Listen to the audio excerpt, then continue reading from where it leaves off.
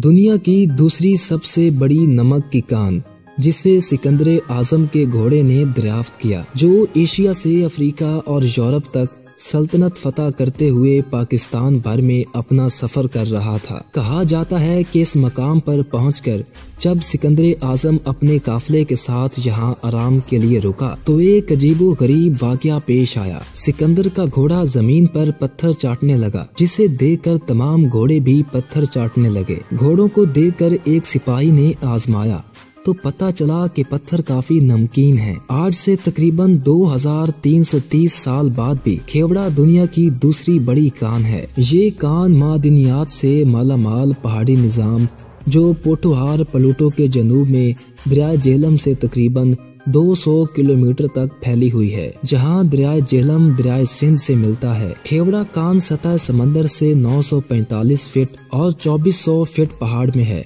जिला झेलम की तहसील पिंड दादन खान में वाक़या ये कान गुलाबी नमक की तैयारी के लिए मशहूर है, जो पूरी दुनिया में मशहूर है। बादशाही मस्जिद का मुजस्मा जो कि कसी रंग के नमक की ईंटों से तामीर किया गया है, जो कि बहुत से सियाहों को अपनी तरफ मतवज्जा करता है। कान में दीगर मुजस्मों में मीनार पाकिस्तान और इलामा इकबाल का मुजस्मा, चीन की अजीम दीवार का एक नमूना और माल रोड शामिल हैं। कान में आने वाले दीगर अफराद की तवज्जो में 245 फीट ऊंचा असेंबली हॉल शामिल है। पुल सिरात एक नमक का पुल जिसमें 80 फीट गहरा नमकीन तालाब जिसके ऊपर कोई सतून नहीं है, सियाहों की तवज्जो का मरकज है। खेवड़ा नमक की कान में यहाँ तक के अपना मुकम्मल तौर पर काम करने वाला डाक खाना है, जो दुनिया में नमक से बना हुआ वाहिद पोस्ट ऑफिस है। कान में नमक के ज़खायर का अंदाजा 82 मिलियन टन से 600 मिलियन टन से ज्यादा है। इसमें कैल्शियम,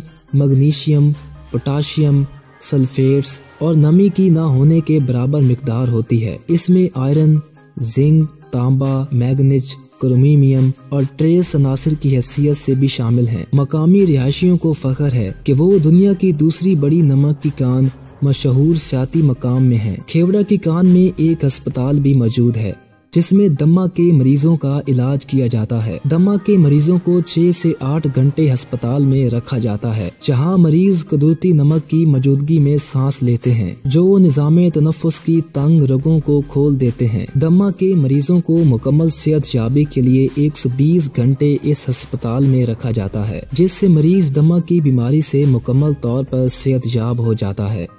उम्मीद है आपको हमारी आज की वीडियो बहुत अच्छी लगी होगी। अगर आपको हमारी वीडियो पसंद आई है तो हमारे चैनल को सब्सक्राइब कर दें और साथ ही बेल के आइकन को प्रेस कर दें ताकि नई आने वाली हर वीडियो आपको मिलती रहा करे।